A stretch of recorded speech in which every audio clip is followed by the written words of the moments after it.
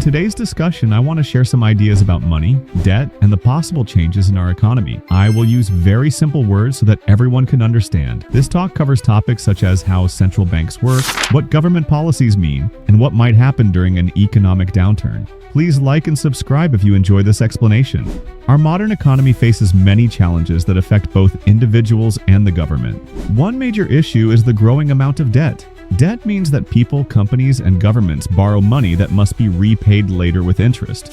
When too much debt accumulates, it creates serious problem. Lenders, the people who provide money, need to be sure they get back what they lend, plus a reward for taking the risk. If there is too much debt, they might worry that they will not be fully repaid. When lenders start to feel unsafe, they can decide to sell the debt they hold, which makes the problem worse. This kind of situation has happened many times in history, and the cycle of borrowing and repaying has always led to periods of crisis.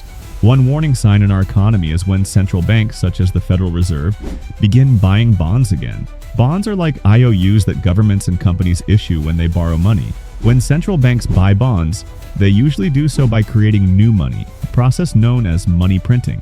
While this may help in the short term, it can lower the value of money over time. For example, Japan has experienced this problem. By printing a lot of money, Japan's currency lost much of its value, and people holding bonds lost nearly 80% of the value of what they had expected to receive. This shows how dangerous it can be when a country relies too much on printing money to cover its debts. Another important point is that the economy naturally goes through cycles. These cycles, called business cycles, include periods of growth and periods of decline. On average, a business cycle lasts around 7 years, but this can vary by 3 years more or less. It is difficult to predict exactly when a downturn will occur, but many experts believe that we could see a significant economic decline in the next 5 years. When an economic downturn happens, the government may face additional challenges because it has fixed costs that do not change, even when income is falling. With rising debt service payments, payments that must be made to cover the interest and principal on debt, the government may have to sell even more bonds.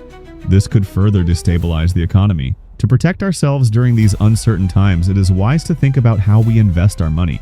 One strategy that many financial experts recommend is to hold a mix of assets that can perform well even when the economy is struggling. For instance, many believe that owning gold can be a safe investment. Gold is often valued because it does not move in the same way as stocks or bonds. When other investments lose value, gold might keep its worth or even increase in price. Similarly, inflation-indexed bonds can help protect against rising prices because their returns are adjusted for inflation. When combined, these investments can lower the overall risk in a portfolio, making them a good choice for uncertain times. Some people also talk about investing in digital currencies like Bitcoin. However, Bitcoin and similar cryptocurrencies come with risks. The market for Bitcoin is very small compared to major companies, and its value can be very unpredictable.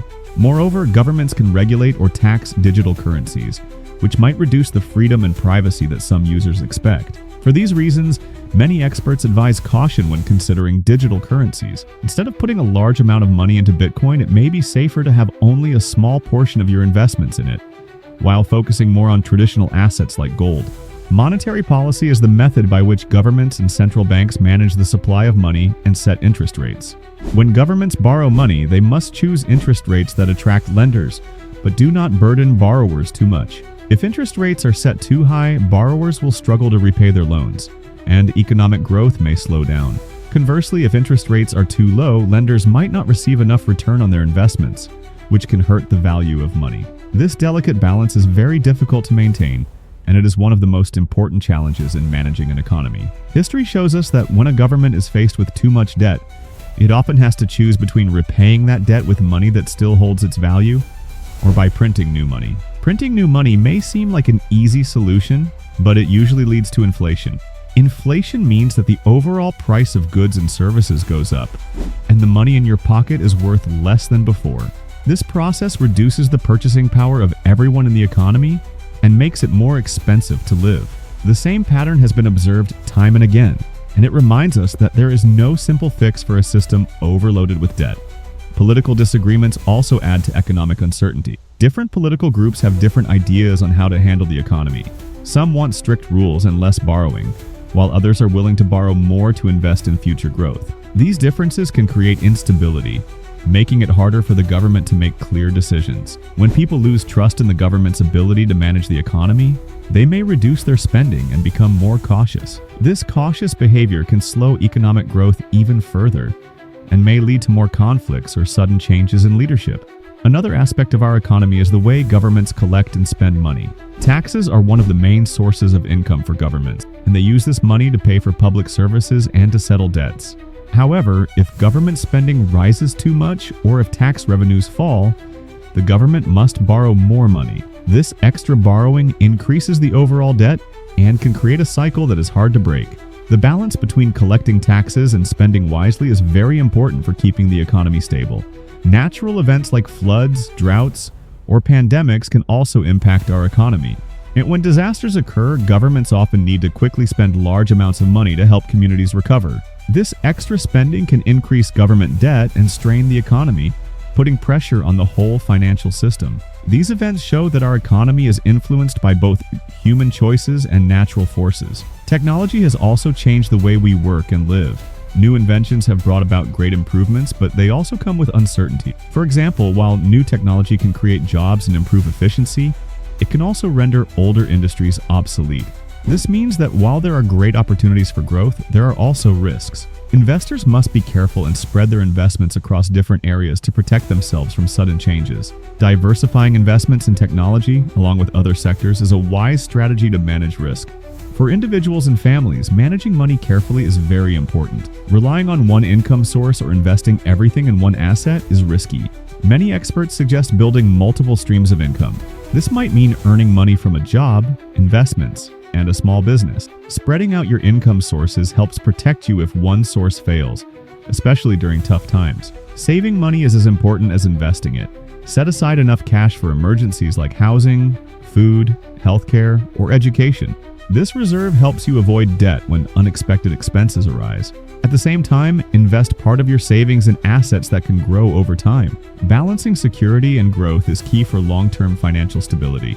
Understanding central bank and government decisions is also important. Changes in interest rates or printing new money affect everyone. Lowering rates can boost spending but might cause inflation if maintained too long, while raising rates too high can slow growth and hurt businesses. Stay informed about these policies to make better financial choices. To sum up, our economy faces big challenges. High debt, too much money printing, and rising inflation make life hard. Governments try to balance these issues with policies like tax changes and spending cuts, but it isn't easy. Political conflicts and natural disasters add more uncertainty. For you, the best plan is to be smart with your money. Save enough for emergencies, invest in a mix of safe and growth assets, and keep an eye on economic cycles. This way, you can protect yourself during tough times and build a secure future. Stay informed, diversify your investments, and remember that careful planning is key to long-term success.